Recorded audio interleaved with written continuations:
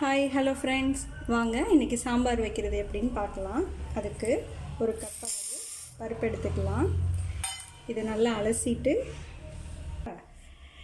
இப்போது நீங்கள் எந்த மெஷர்மெண்ட் கப்பால் பருப்பு எடுத்தீங்களோ அதால் ஒரு 5 கப் தண்ணி எடுத்துக்கோங்க.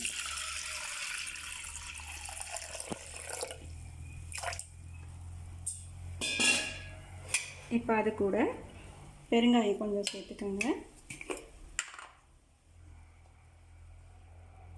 கொஞ்சமாக மஞ்சத்தூள்,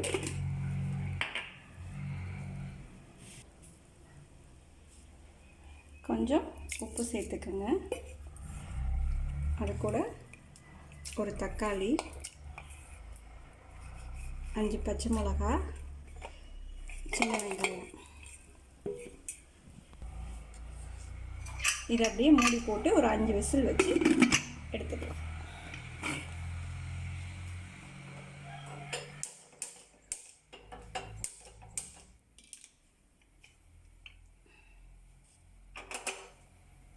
இப்போது பருப்பு ஒரு சைடு வேகட்டும். நம்ம சாம்பாருக்கு தேவையான காயை தனியாக கொஞ்சம் ஒரு 10 நிமிஷம் வேக வச்சு எடுத்துக்கலாம்.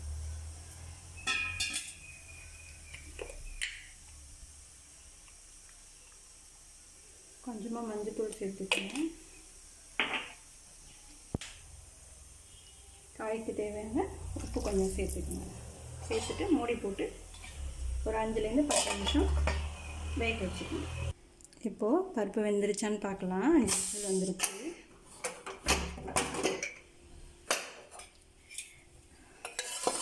இங்கே பாருங்கள், பருப்பு நல்லா கரைஞ்சி வந்துருச்சு. நம்ம காய் வேக வச்சுருக்கத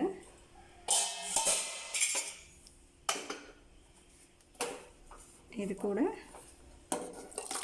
சேர்த்துக்கலாம். ஒரு நெல்லிக்காய் சைஸ் புளி எடுத்துக்கோங்க.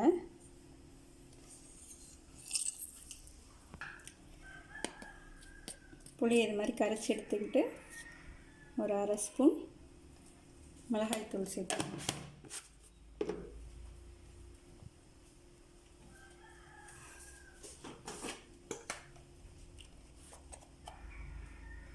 ஒரு 1/2 ஸ்பூன் சோம்பு சீரகத்தூள்.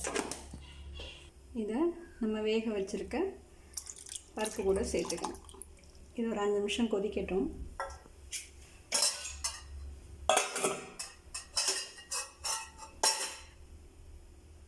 குழம்பு கொதிச்சிருச்சான்னு பார்க்கலாம். நல்லா கொதிச்சிருச்சு. இதுக்கு ஒரு தாளிப்பு கொடுத்துடலாம். தாளிப்புக்கு ஜீரகம், வெந்தயம், கடுகு, உளுந்தம்பருப்பு, 2-3 வரமிளகா, கொஞ்சம் கருவேப்பிலை.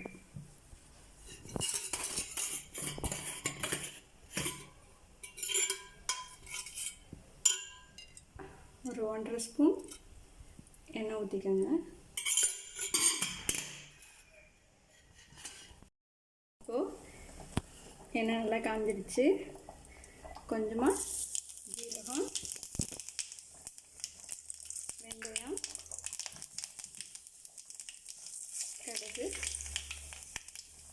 உளுந்தம்பருப்பு, 3 வரமிளகா, கொஞ்சம் வடகம்.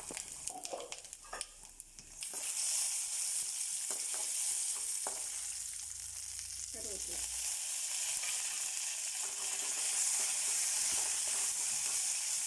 இது நல்லா பொரிஞ்சதும் ஸ்டவ் ஆஃப் பண்ணிடுங்க.